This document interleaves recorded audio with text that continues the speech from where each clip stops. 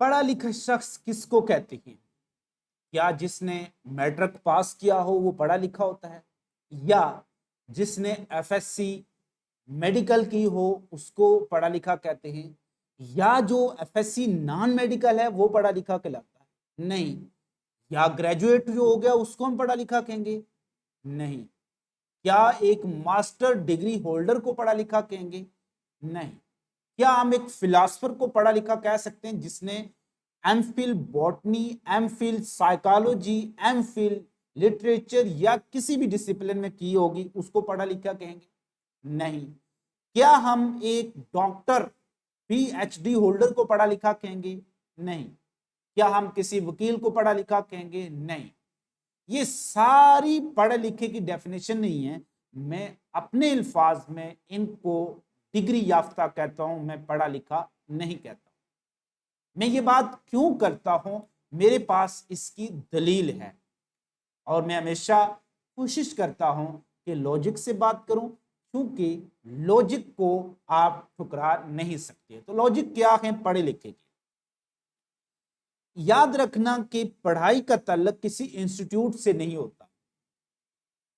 تعلیم انسان اپنے گھر سے ہی لینا شروع کر دے، اس لیے کہا گیا ہے کہ ماں کی گود آپ کی پہلی درس گاہ ہے، کیونکہ وہاں سے آپ نے تعلیم شروع کر دینی ہے۔ تو میری نظر میں یا ایک جنرل پرسپیکٹو میں لاجیکلی پڑھا لکھا شخص کون ہو؟ پڑھا لکھا شخص وہ ہے جس کے پاس نمبر 1 بات کرنے کی تمیز ہے۔ ایک اچھے خاندان کا مالک شخص وہی ہوتا ہے جس کے پاس بولنے کا ہنر ہے، جس کے پاس گفتگو کا انداز یا جس کا انداز گفتگو بہترین ہے، پڑھا لکھا ہے۔ کیا آپ کہہ سکتے ہیں کہ ہمارے صحابہ کرام، جتنے بھی صحابہ کرام ہیں رضوان اللہ علیہم اجمعین، کیا انہوں نے کسی بھی یونیورسٹی سے تعلیم حاصل کی ہے؟ کیا کوئی بھی یہ ڈگری انہوں نے یہ حاصل کی ہے جو میں نے آپ کو شروع میں گنوائی ہیں؟ نہیں۔ لیکن وہ سارے پڑھے لکھے تھے، باشعور تھے، اور بہت ہی افضل انسان ہیں۔ وہ کیوں؟ کیونکہ انہوں نے وہ تعلیم کسی ڈگری کے پیچھے لگ کے حاصل نہیں کی ہے، انہوں نے واقعی ماں کی گود سے لے کر قبر تک انہیں تعلیم تربیت حاصل کی۔ تو پڑھا لکھا شخص وہ ہوتا ہے جس کا انداز گفتگو آپ کو مجبور کرے واقعی یہ پڑھا لکھا ہے۔ وہ پڑھا لکھا شخص ایک پھٹے کے اوپر بیٹھا ہوا برف بیچنے والا بھی ہو سکتا ہے، کیونکہ اس کا انداز گفتگو ایسا ہے کہ آپ اس کے ساتھ تکلم کرنے پر مجبور ہیں، آپ اس کی بات سننے پر مجبور ہیں، آپ بار بار اسے برف خریدنے پر مجبور ہیں۔ یار وہ بہت ہی پیارا بولتا ہے۔ اس لیے میں ہمیشہ کہہ رہا ہوتا ہوں کہ میں نہیں مانتا کاغذ پہ لکھا شجرہ نسب، میں نہیں مانتا کاغذ پہ لکھا شجرہ نسب، بات کرنے سے قبیلے کا پتہ چلتا ہے۔ تو بات کرنے سے قبیلے کا پتہ چلتا ہے آپ کی قبیل کون سی ہے، آپ واقعی کسی یونیورسٹی سے تعلیم حاصل کر کے آئے ہیں یا صرف ڈگریوں کا بوجھ لے کے آئے ہیں۔ انفارچونیٹلی میں فیس بک پر، سوشل میڈیا پر میں ایسے لوگوں کو دیکھتا ہوں، میں ان لوگوں کی جو بات کرنے کی جو تربیت ہے، ڈائلاگ کی ان کے پاس جو صلاحیت ہے، میں حیران ہو جاتا ہوں کہ کیا آپ نے یہ ڈگریاں اس مقصد کے لیے حاصل کی تھی؟ تو بات یہ ہے کہ ہم بہت زیادہ دیوالیہ پن کا شکار ہو چکے ہیں۔ دیکھیں، آپ کا جو بھی نقطہ نظر ہے، آپ جس بھی شخص کو سپورٹ کر رہے ہو، میں قطع نظر اس کا، وہ آپ کا ایک حق ہے، آپ کو آزادی رائے کا اظہار ہے، لیکن آزادی رائے کا اظہار آپ نے کیسے کرنا ہے؟ وہ یہ نہیں ہے کہ ایک ڈاگ ہے وہ بارکنگ کر رہا ہے تو آپ کہیں نہیں وہ آزادی اظہار ہے، نہیں۔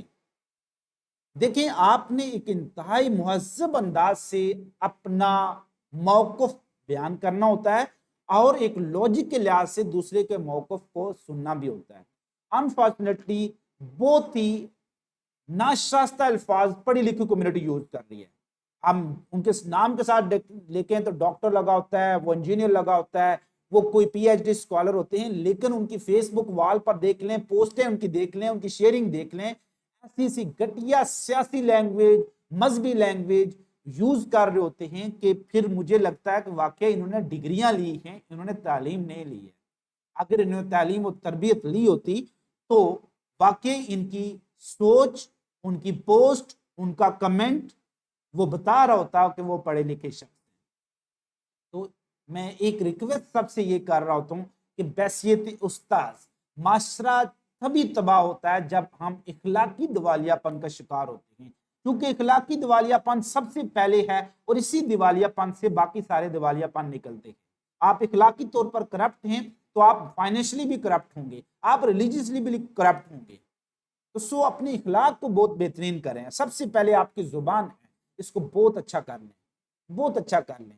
برائے مہربانی آپ کسی لیڈر کو فالو نہ کریں، یہ لیڈر نہیں ہے، میں ان کو نہیں مانتا، میں کسی کو لیڈر نہیں مان رہا ہوں۔ میں قائد اعظم جو موجودہ دنیاوی لحاظ سے اگر ہم دیکھو یہاں پر جو سیاسی لحاظ سے، تو میں قائد اعظم سے بہتر پاکستان میں کسی کو لیڈر نہیں مانتا ہوں۔ میں ان جنرل دنیا کا لیڈر میرے پیارے محمد صلی اللہ علیہ وسلم ہیں، میں صرف انہی کو لیڈر مانتا ہوں اور انہی کو فالو کرنے کی کوشش کر رہا ہوں۔ میں اپنے آپ کو اس لیول پر نہیں لاتا ہوں کہ میں بہت ہی پکا ہی کوئی عاشق رسول ہوں، میں کوشش کر رہا ہوں کہ میں عشق رسول سیکھوں اور عشق رسول پر عمل بھی کروں۔ پھر بات یہ ہے کہ تعلیم آپ کو کیا سکھاتی ہے؟ آپ کو تعلیم یہ سکھا رہی ہوتی ہے کہ آپ نے بولنا کیسے ہے، آپ نے کسی کے ساتھ بات کیسے کرنی ہے، آپ نے جب باہر جا رہے ہیں تو آپ کا انداز گفتگو کیا ہے، آپ کے انداز گفتگو میں اور ان پڑھ کے انداز گفتگو میں کیا کوئی فرق نظر آ رہا ہے؟ اگر فرق نظر نہیں آ رہا ہے تو یقین مانو آپ نے تعلیم نہیں، صرف ڈگریاں حاصل کی ہیں۔ اور یہی لمحہ فکریہ ہے کہ ہمارے ملک میں تعلیم کے نام پر ڈگریاں فروخت ہو رہی ہیں اور ہم تعلیم کے نام پر ڈگریاں بیچ رہے ہیں۔ کوئی شعور، کوئی اپنی کمیونٹی کے اندر لوگوں کی اصلاح نہیں کر رہے ہیں۔ بحیثیت استاذ، بحیثیت لیڈر، بحیثیت نیشنل بلڈر، آپ کا کردار اعلیٰ آنا چاہیے۔ آپ کی بات کو فالو کرنے والے بہت زیادہ ہوتے ہیں۔ میں کوشش کر رہا ہوتا ہوں، میری کوشش ہوتی ہے ہر ممکن انداز سے کہ میں اپنے استاذ کو فالو کروں، اور میں ان استاذ کو فالو کرتا ہوں کہ جو واقعی جن کی زبان اتنی اچھی ہے اور بہت اچھے طریقے سے وہ اپنی بات کو کمیونیکیٹ کر رہے ہوتے ہیں۔ اس لیے چونکہ میرے بھی بہت زیادہ آگے شاگرد ہوتے ہیں، میں سب سے یہ ریکویسٹ کر رہا ہوتا ہوں کہ بیٹا کبھی بھی کوئی غیر پارلیمانی، غیر تہذیب یافتہ لفظ استعمال نہ کریں۔ آپ کی جو زبان ہے وہ میری تعلیم کی عکاس ہے۔ پھر کیا فرق ہو گیا، میری بھی زبان وہی، جو میں بولوں گا لوگ مجھ کو فالو کریں گے۔ تو اس لیے میں کوشش کر رہا ہوتا ہوں کہ کوئی غیر پارلیمانی زبان استعمال نہ کروں۔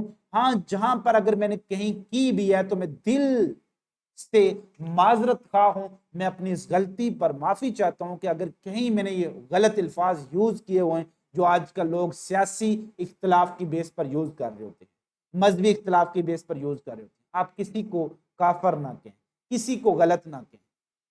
دیکھیں آپ اپنے آپ کو ٹھیک کر لیں، سب کچھ ٹھیک ہو جائے گا۔ آپ اچھائی کی تربیت دیں گے، میرے پیروکار ہی آگے کسی نہ کسی سیٹ پر بیٹھے ہوں گے، تو میں ان سب کو اپنے عملی نمونے سے، وہ کہتے ہیں اقبال بڑا اپدیشک ہے، من باتوں میں مو لیتا ہے۔ اقبال بڑا اپدیشک ہے، من باتوں میں مو لیتا ہے، گفتار کا غازی تو بن گیا، کردار کا غازی نہ بن سکا۔ تو بات یہ ہے کہ ہمارے گفتار میں اثر تبھی ہوگا جب میں پریکٹیکلی وہ کام کر رہا ہوں گا جو میں منہ سے بول رہا ہوں۔ قرآن پاک کی ایک آیت کا مفہوم بھی ہے کہ ہے ایمان والو، آپ وہ بات کیوں کرتے ہو جس پر آپ خود عمل نہیں کرتے ہو۔ میں اپنے طلباء کو یہ درس دے رہا ہوں کہ بیٹا غلط زبان استعمال نہیں کرنی، اور میں فیس بک پر آ کر ایسی گھٹیا قسم کی لینگویج سیاسی اختلاف کی بیس پر یوز کر رہا ہوں یا مذہبی اختلاف کی بیس پر یوز کر رہا ہوں، تو میری بات پر اثر کیسے ہوگا؟ میرا لیکچر 8:30 پر ہے، میں 8:30 کے بجائے 9 بجے کالج میں حاضر ہو رہا ہوتا ہوں۔ میں بچوں کو دس دوں کہ بیٹا پنکچویلٹی بہت اچھی ہے، اپنی فرض شناسی کرنی چاہیے، ایمانداری سے کام کرنا چاہیے۔ وہ کہیں گے یار یہ خود تو لیٹ آ رہا ہے اور ہمیں دس دے رہا ہے، تو ایسا کبھی بھی نہیں ہو سکتا، آپ کی بات میں اثر نہیں ہوگا۔ نبی صلی اللہ علیہ وسلم کے پاس ایک بار ایک عورت آئی تھی، اس نے کہا کہ نبی صلی اللہ علیہ وسلم میرا بیٹا گڑ کھاتا ہے، آپ اس کو منع کر دیں۔ نبی صلی اللہ علیہ وسلم فرمایا کہ آپ چلے جائیں، کل لے آنا۔ کل پھر وہ آئی، نبی صلی اللہ علیہ وسلم نے پھر اسے کہا کہ آپ پرسوں لے آ جانا۔ 2-3 دن گزرنے کے بعد جب وہ واپس آئی تو نبی صلی اللہ علیہ وسلم نے بچے کو کہا کہ بچہ گڑ نہ کھانا۔ تو وہ عورت بڑی حیران ہوئی، اس نے کہا کہ نبی صلی اللہ علیہ وسلم اگر آپ نے صرف یہ اتنی بات کہنی تھی، ہم جو ہمارے ذہن میں ہوتا ہے نا یار اتنی اگر بات کہنی تھی 2-3 دن پہلے کہہ دیتے. تو اس نے بھی یہ استفسار کیا، حکمت جانی کہ کیوں آپ نے اگر یہ لفظ ہی بولنا تھا کہ بیٹا گڑ نہ کھانا تو یہ تو آپ 3 دن پہلے بھی بول سکتے تھے. تو بڑی پیاری بات نبی صلی اللہ علیہ وسلم نے فرمائی ہے. کیوں ان کو اسوہ حسنہ بنا کر پیش کیا گیا؟ انہوں نے کہا محترمہ آپ کی بات بالکل بجا ہے، میں پرسوں بھی یہ بات اس کو کہہ سکتا تھا کہ بچے گڑ نہ کھانا. ظاہرہ جو آج کل کے لوگ علماء ہیں وہ کہتے ہیں نہیں ان کی باتوں میں بڑا اثر ہوتا ہے، اثر تو ہوتا ہے بالکل، لیکن نبی صلی اللہ علیہ وسلم نے کہا ہے کہ چونکہ میں نے اس دن گڑ کھایا ہوا تھا تو کیسے ہو سکتا ہے کہ میں خود گڑ کھاؤں اور بچے کو منع کروں بچے آپ نے گڑ نہ کھانا، میری بات میں اثر کیسے رہے گا؟ یہ نبی بات کر رہے ہیں، تو میں عام لوگوں کی بات کر رہا ہوں. تو جب تک آپ پریکٹیکلی خود بات نہیں کریں گے، آپ جا رہے ہیں بائک پارک کر رہے ہیں، آپ کو سامنے پتا ہے کہ آگے کسی کا بائک لگا، آپ اس کے نیچے بائک لا کے پتہ نہیں کدھر نکلیں گے، بیچارہ دیکھتا رہ جائے گا کہ کب یہ بندہ آئے گا، میں نے بائک یہاں سے لے کے جانا ہے. تو یہ اصول آپ کی، یہ وہ تعلیم ہے، یہ وہ تربیت ہے جو گھر سے لے کے آتی ہے. ہمیں بچپن سے یہ درس دیا گیا ہوتا ہے کہ بیٹا اپنے سے بڑے کو ہمیشہ آپ کہہ کے پکارنا ہے. اب ہمارا ڈرامہ کلچر ہے، میں اس کے انتہائی خلاف ہوں، ہمیشہ ورڈ تم یوز کر رہے ہیں، اپنے سے چھوٹا ہو بڑا ہو آپ ورڈ میں اپنائیت ہوتی ہے. یہ تم ورڈ گستاخی کا ورڈ ہے، یہ استعمال نہ کریں. آپ کے ورڈز میں اپنائیت ہے، اپنا پن ہے، ایک رسپیکٹ کا ایلیمنٹ ہے. آپ اپنے سے چھوٹے کو، اپنے سے بڑے کو، میں چھوٹے بچوں کو بھی کہتا ہوں بیٹا آپ ایسا نہ کریں. کیوں؟ جب میں اس کو رسپیکٹ دے رہا ہوں گا تو وہ ایک خوشی کے عالم میں مجھے بھی رسپیکٹ دے گا. میں کہوں تو ادھر آ جا تو وہ میری بات تھوڑا ہی سنے گا.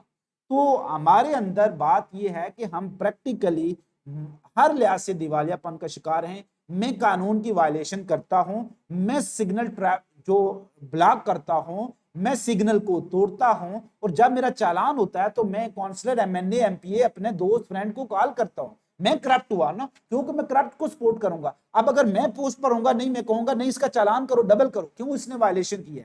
تو ہم بحثیت مجموعی ایسی قوم بن چکے ہیں. ہم انہی لوگوں کو فیور کرتے ہیں جو واقعی کرپٹ ہیں، کیونکہ ہم خود کرپٹ ہیں.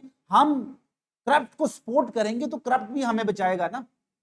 آج میں نے ایک سکول کے اندر، میں کالج کے اندر کام کر رہا ہوں، میں کالج میں کلاس نہیں لے رہا ہوں، مجھے پتا ہے میں پکڑا جاؤں گا تو میں اسی بندے کو سپورٹ کروں گا کہ وہ جا کر اس سیٹ پر بیٹھے جو میری اس چوری کو بچا سکے. میں اسی پرنسپل کو فیور کروں گا، میں اسی ڈائریکٹر کو فیور کروں گا، میں اسی ایچ ڈی کے سیکٹری کو فیور کروں گا. اسی طرح سے یہ چین آف کمانڈ چل رہی ہوتی ہے. جب ہم خود صاف ہوں گے تو ہم صاف لوگوں کو چنیں گے. میں بڑی ایک عام سی مثال دے رہا ہوتا ہوں کہ ہم ہمیشہ کرپٹ لوگوں کو پسند کیوں کر رہے ہوتے ہیں. اس کی ریزن یہی ہوتی ہے کہ ہمیں کرپٹ لوگوں کی ضرورت پیش آتی ہے. ایک دیندار، ایک انتہائی قانون پر عمل کرنے والا شخص اگر سیٹ پر بیٹھ جائے گا تو وہ کہے گا نہیں میں آپ کی سفارش نہیں مانوں گا کیونکہ یہ ایک جرم ہے.